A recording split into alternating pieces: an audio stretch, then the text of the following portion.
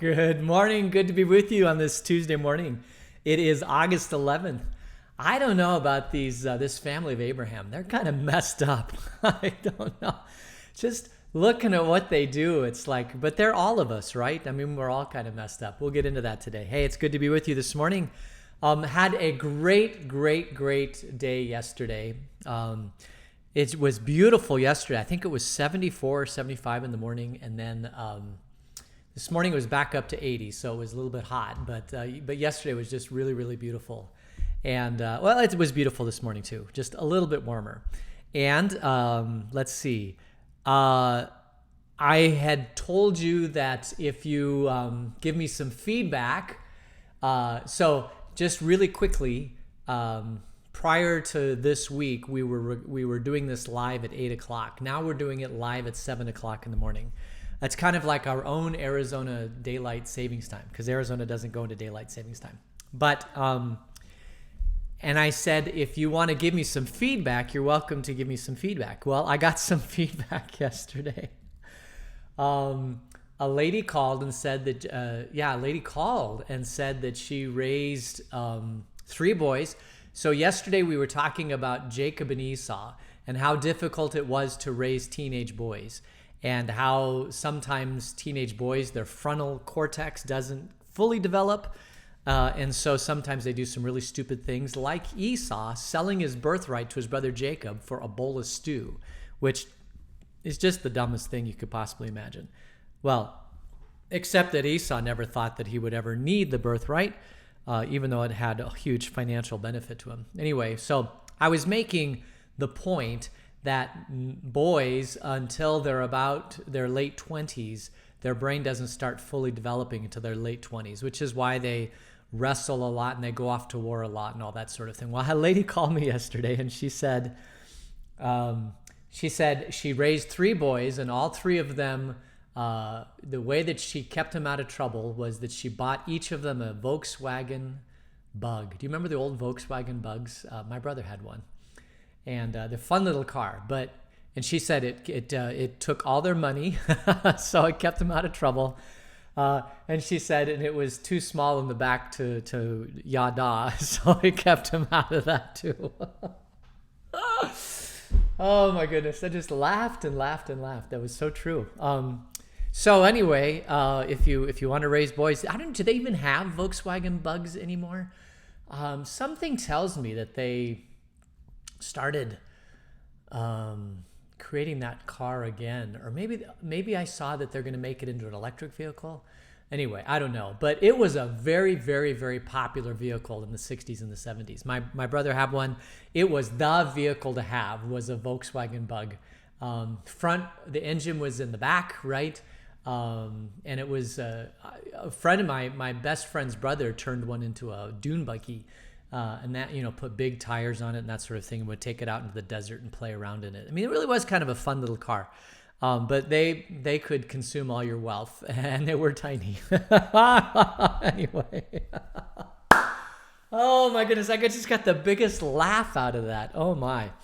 So keep your comments coming in, and if they're semi-clean, I'll mention them on the air. On the air. If they're not, then I'll just have a giggle.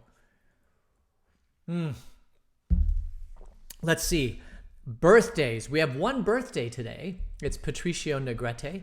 I don't know if you know Patricio. Wonderful man, and his wife. Their daughters are absolutely wonderful young ladies, and I enjoy them all. What a beautiful family. And so we can say, Patricio, happy birthday to you. If you know Patricio, give him a call or send him a note and say happy birthday. Let's see. I think that's about it. Coronavirus's cases and hospitalizations and death and all that.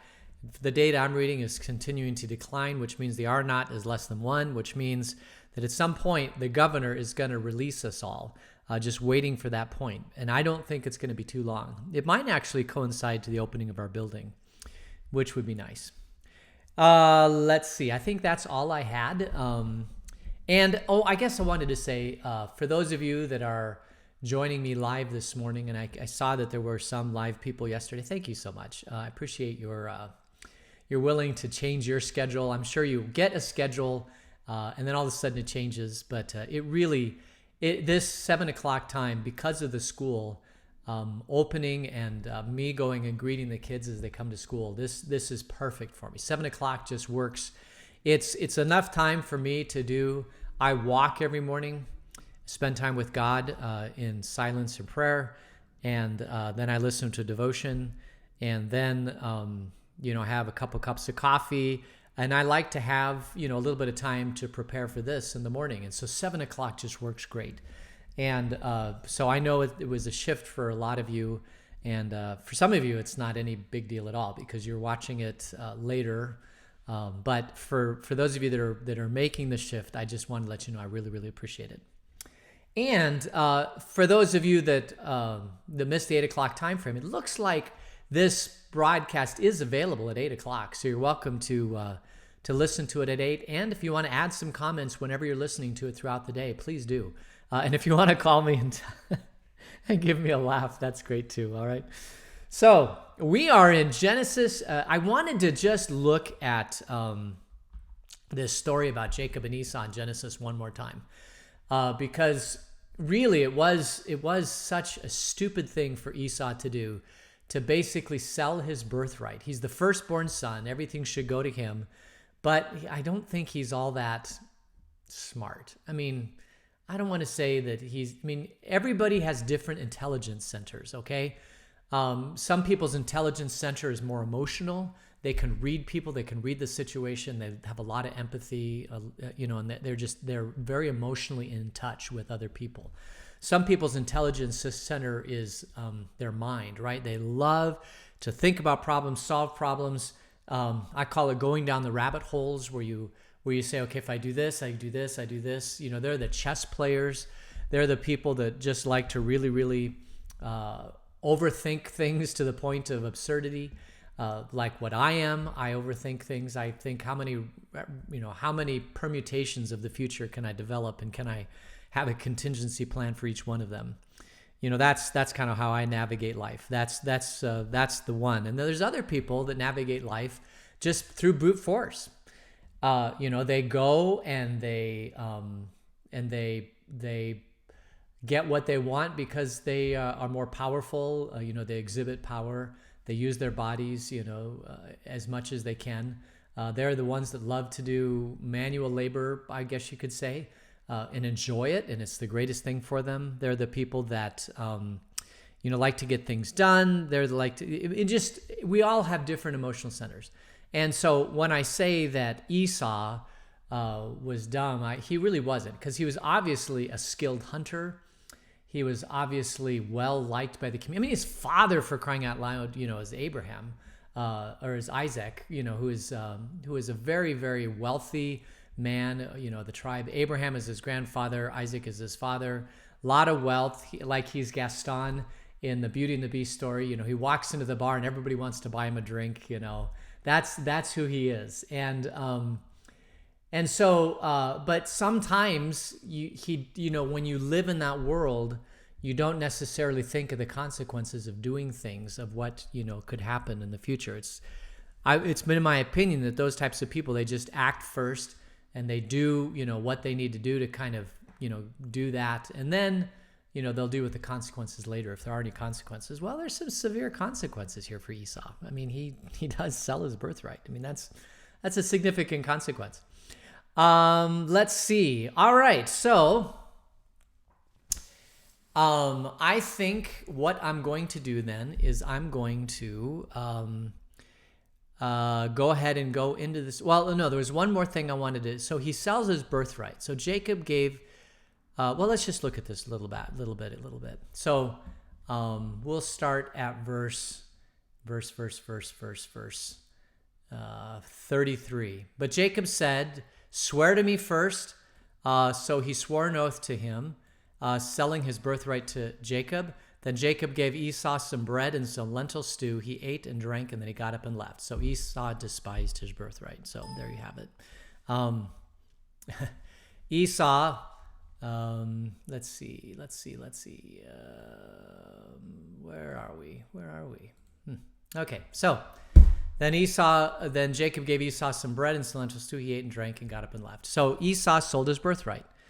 And I guess the point I wanted to make here is there are people that want gratification today for things in the future. I mean, they're not really thinking about what the future holds and what that means for the future, and they just want to be satisfied today.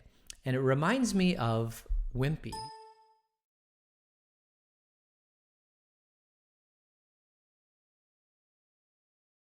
I'd gladly pay you Tuesday for a hamburger today.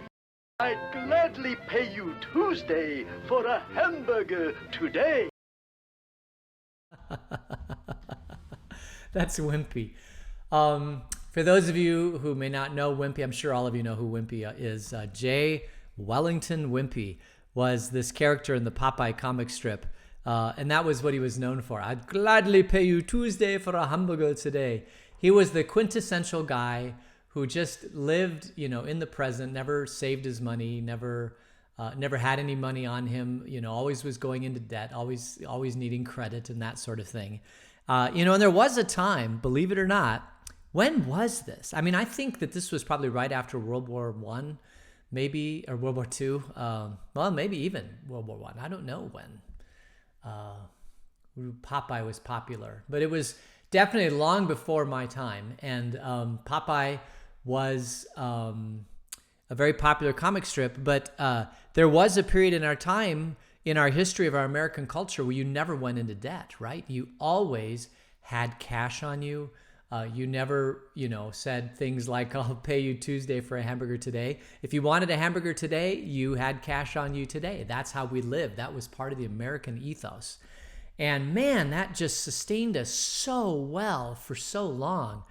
And then somewhere I heard, that the first credit card was the diner credit card. Was that? I think it was. It was one of those early specific traveling credit cards. I think it was a restaurant credit card. And it basically set out that you could basically pay you Tuesday for a hamburger today. And, it was touted as this great thing. But, truly, the credit card system and the credit system in the United States is the downfall of society. You should never, ever have credit debt. I mean, that is just really a really dumb thing to do. I understand if you want a house that you almost have to have a 30-year mortgage on a house because most people can't, save up 30 years to buy a house. Although that used to be the normal. I mean, that's how you had a house back, Wimpy's time. You saved up and you saved up and then you bought a house and then you bought a bigger house and you bought a bigger house. And when I was growing up, people in their neighborhood lived there for 30 years because selling your house and moving your house is an incredible, incredible change. But nobody does that anymore. I know very, very few people that stay in their house 30 years. Very rare. Even the houses that I grew up in, nobody stayed in 30 years. My grandparents, though, did stay in their house 50-something years. But it's not the way it's done today. And unfortunately, it takes, you purchase a house on a mortgage, a 30-year mortgage, and then you sell the house, and you got to move the house, and you got to sell it, and you got to pay all the real estate fees and the transaction fees and all that. And I'm not sure you really even make money on a house unless you stay in it for 10 or 15 years or something like that. And if you're like me and you buy a house in the middle of the highest, market in Vail in 2007, and then the market crashes in 2008, and it takes 10 years for your house to recover its value, well, then that's just, that just goes to show you houses aren't always an investment. Houses are a great place to live. And they're wonderful if you can stay in a house for a long period of time, but I don't know if we really do that anymore. And I wish we had a different system that worked better for housing, because, well, that's a longer discussion. We won't get into that. But I guess I just want to say is that going back to Jacob and Esau, he was definitely a J. Wellington Wimpy. He was a guy that says, hey, listen, I'll sell my birthright on Tuesday for a bowl of lentil stew today. And for those of us who like to, live with austerity and not do that kind of thing, it just seems like a really stupid thing to do. But there's a lot of people that you come across that like to buy a hamburger or pay for the hamburger on Tuesday for a hamburger today. And it's not a healthy way to live. I understand that sometimes young families have to, because of all the expenses of raising kids today. Oh my goodness. I remember when my daughter had my first granddaughter, Dakota, and she had received at the baby shower various gift certificates to a store called Toys R Us, except I think it was called Babies R Us. It was one of those two stores.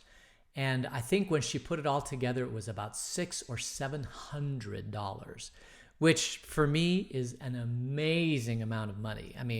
$600, you put it in the bank, for 30 years, it can turn into not today, but you put it in the stock market, mutual fund for 30 years. It'll turn into a significant amount of money. Anyway, so $600. And she said, why don't you go with Mike, who's my son-in-law, and go to Toys R Us or Babies R Us and just buy some stuff. And I'm like, man, you'll be able to buy so much stuff, diapers and formulas and all this stuff, Well, we went and we started looking at a baby stroller and a car seat. And what they were looking at was a car seat that goes in the car, and then you pull it out of the car and you can actually put the car seat in the baby stroller. And that was, I believe, it was around $600 for both of those. And I about had a heart attack right in the store. I think when we bought a baby seat for our kids, it was $30 or something, maybe $50. But so anybody today that's having children, I just want you to know that they are spending, and they're forced to. You cannot get an old car seat. They will not let you take the baby home from the hospital unless you have a $700 car seat.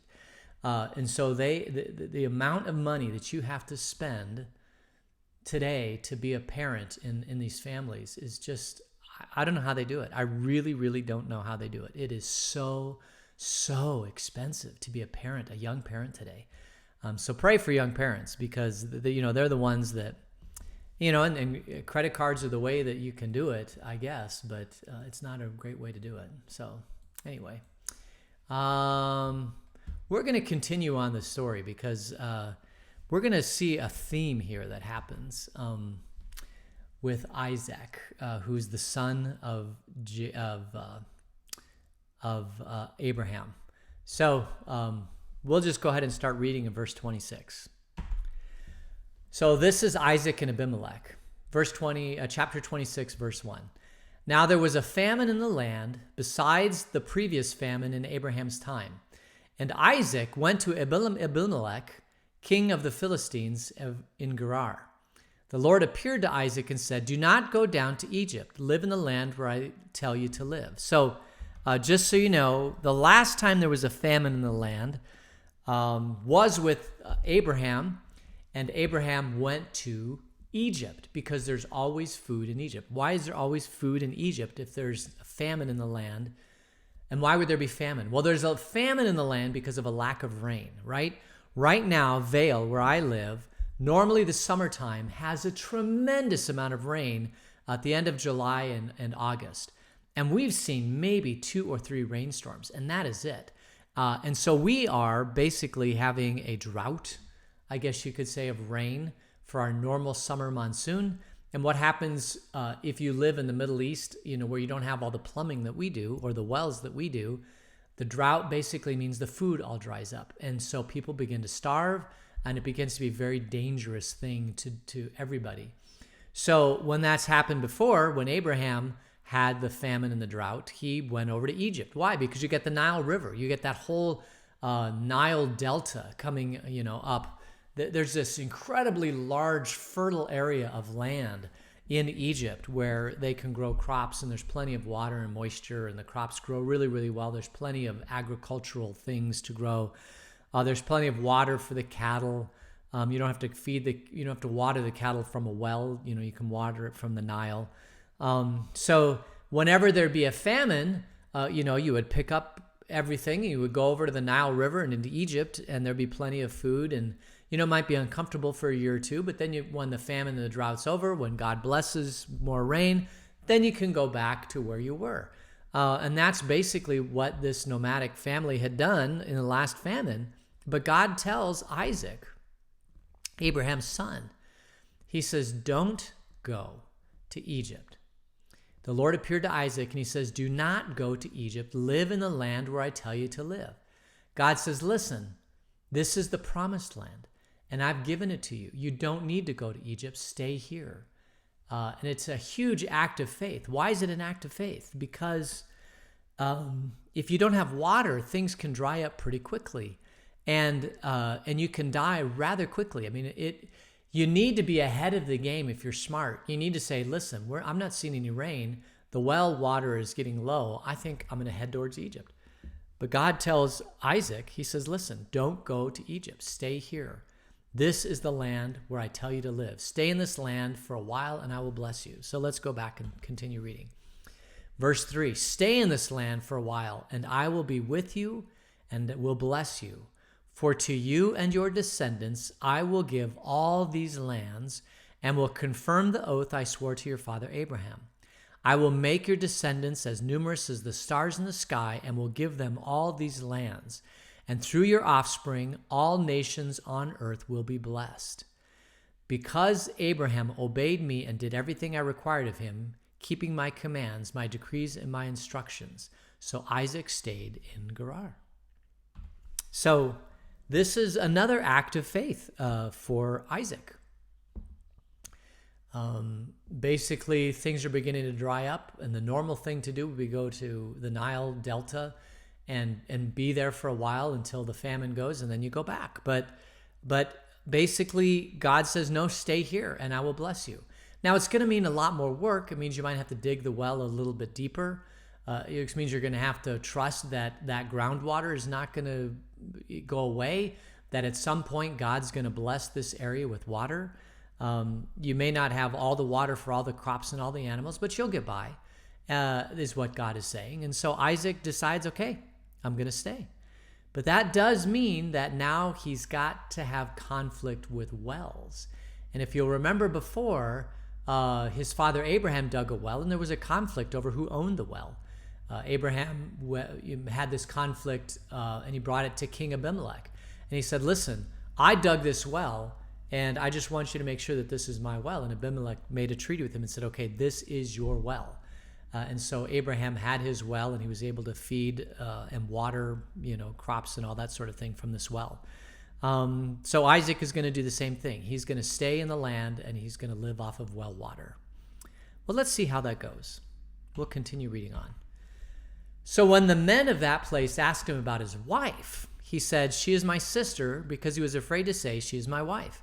He thought, the men of this place might kill me on account of Rebekah, because she is beautiful. What is it with these men? I cannot believe that he is doing this like his father Abraham. I just have to point out to you. Abraham went, because of a famine, into Egypt to stay, forced there because of a drought. And Abraham's wife, Sarah, is beautiful. And apparently she was stunningly beautiful. So when they go into the land, into Egypt, he tells Pharaoh and everybody, oh, that's not my wife, that's my sister. To avoid danger, he tells everybody that that's his sister. Pharaoh finds out about it. Pharaoh freaks out about it. And he says, why did you tell me your sister? You could have got me in trouble with God. I could have done horrible things. I could have yadad the sister, but that's really your wife. And he should have killed Abraham. The Pharaoh should have been so upset with Abraham that he would have squashed him out. But instead, Pharaoh lavishes more goods on Abraham and sends him on his way. And then we read later on that Abraham goes into the land of King Abimelech, and does the exact same thing. Tells Abimelech that it's his sister. And Abimelech is like, why did you do this to me? And Abraham says, well, she really is my sister because she's a distant cousin. Or no, she's a half-sister. She's a half-sister. She's kind of like a sister, but she's really my wife. And what does Abimelech? Abimelech should have squashed him out. But instead, Abimelech gives Abraham more goods and things and sends him on his way. Abraham is the luckiest man ever on the face of the earth. He should have been killed 2 times for lying about his wife, saying it's his sister. And yet, somehow, God is protecting Abraham because he's going to be the father of a great nation. And through his descendants, Jesus comes. So Abraham has to stay alive. Isaac has to stay alive.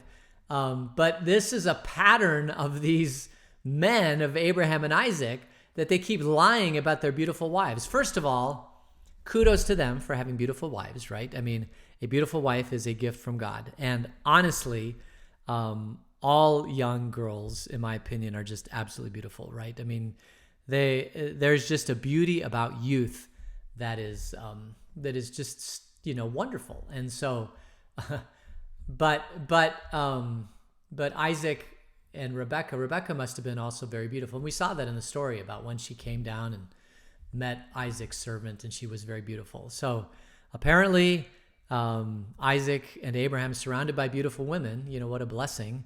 But they mess it up each time. She's my wife. The men of this place will kill me on account of her because she's beautiful. She's my sister. Oh my goodness. So we'll continue on.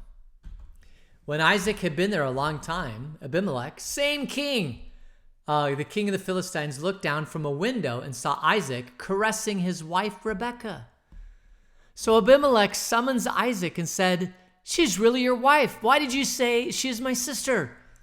Isaac answered him, "Because I thought I might lose my life on account of her." So here we go again. Same thing, like father, like son. The sins of the father, go for generation to generation. How much do we learn from our Father? The most powerful force for education in your kid's life is the parents. It really is. I know that we send our kids to school, and at school they learn a lot about the culture. I mean, obviously they learn reading, writing, arithmetic, and all the things that we teach in school. But they're also learning kind of the culture of the world around them because they're interacting with a different culture other than the family nucleus, the nucleus culture. And so when you send your kids off to school, they are learning, they're stepping out of the boundaries of the culture of the nuclear family, and then they're learning from the school and, sports teams and all that. They're learning from a wider world. And we as parents have to understand that the number one force for education, for values, for Christianity, for teaching the faith, all of that gift has been given to the parents. And because the parents are the most powerful force of education in a kid's life. There is no other. I should back up. My wife, who's an educator, says that the first powerful force that in a kid's life is the kid himself, right? He has to learn, or she, the baby has to learn navigate all of this stuff, when they first start to see, and move their hands and all that sort of stuff. There's really not a whole lot that a parent can do. So the first 1 or 2 years, of a kid's life, it really is the kid learning about the world by themselves. I mean, there's not a whole lot that a parent can do except to sit there and love them, right? But the kid's learning, the brain synapses are firing, the cells are multiplying incredibly, and all these memories and things and all that. But the kid is its own teacher. The first teacher a kid has is a kid himself. But then the next teacher is the mom and dad and the nuclear family. And that is such a powerful force. I can't even begin to tell you. That is a powerful, powerful force. And if the kids, if the family's messed up, then the kid, we'll have a lot of struggles in life. If the family is strong and teaches well the grace of God and the love of God and the stories of God and all the things that that a parent is asked by God to teach their children, if those types of things happen, then the child is so blessed. Oh my goodness, such a huge blessing to grow up in a family where the family is strong. It's a strong nuclear family. Mom and dad are pretty decent people. They teach the kids, I personally think the number one thing you need to teach your kid is grace, forgiveness. Yeah, you messed up today, but I still love you. You're still my family. It's an image of the kingdom of God, right? Where God says, yeah, you messed up big today, buddy, but I still love you. And you're still in my kingdom, and I'm never going to let go of you. And that's what the nuclear family is supposed to pattern for these kids. The best thing that we can do as parents is to teach their kids, right from wrong. And when you mess up, you're still part of the family. I still love you. There's still God's grace. There's my grace and there's God's grace. And let's figure out how to you messed up. Now let's figure out how to make it right. And so that is if that's taught early on in a family, oh my goodness, that kid will be confident. That kid will grow up, understanding his place in the world. Now, will every kid turn out perfectly? No, because even the best parents can have kids that just rebel against that. And even the worst parents can have wonderful kids. So there's not necessarily one-to-one correlation. It's just, that we got to do our best as parents, but we're going to mess up. A friend of mine said, he teaches a course on parenting. He said, all of our parents, every parent at some point damages their children. Every parent at some point damages their children because no parent is perfect. And if no parent is perfect, then at some level you're going to say something, you're going to do something, you're going to do something that's going to damage your child at some point. And the only prayer that we can have in life is that the child knows that they're loved by the parents, loved by the family, and loved by God. And if they at 18 when they leave your house or whenever they leave your house, if they know those things, then a parent has done as best as a parent can do, because no parent is perfect. Obviously, Abraham's not perfect. Abraham, twice he said that his wife Sarah was his sister, and now that's been passed down to Isaac, and Isaac does the exact same thing to the same king, right? To Abimelech. We haven't gotten there yet, but we'll see that tomorrow, verse 8, that it messes up, and we'll see. So the last two times this happened with Abraham was showered with praise, or not showered with praise, showered with gifts and sent on his way. Now Isaac is doing it to King Abimelech, and we'll see what King Abimelech does. And we'll have to look at that story tomorrow. So, hey, that's the end of today. I am so grateful that you've joined me today. My prayer for you is to have a hamburger today, but pay for it today. Maybe I'll have hamburgers for dinner. Taco Tuesday at Del Webb Country Club. So if you want to go get Taco Tuesday, I don't even know if they. I've been in there twice now, but I haven't been in there on a Tuesday yet. But they used to have $2 tacos or $2.50 tacos, so you could go in there and get tacos. And I love Taco Tuesday if they're still having it at Del Webb. But if not, maybe I'll have a hamburger, but maybe I won't even go to Del Webb because I've got a big, huge chicken that I'm thawing. I'm going to have spatchcock chicken tonight. All right, so I guess we'll close in prayer. Dear God, thanks for watching over us. Thank you for not kicking us out of your kingdom when we mess up because of your son, Jesus. In his name we pray. Amen. All right, so hey, thanks for joining me today. I pray God's richest blessings on you. And we will see you tomorrow. Take care. Bye.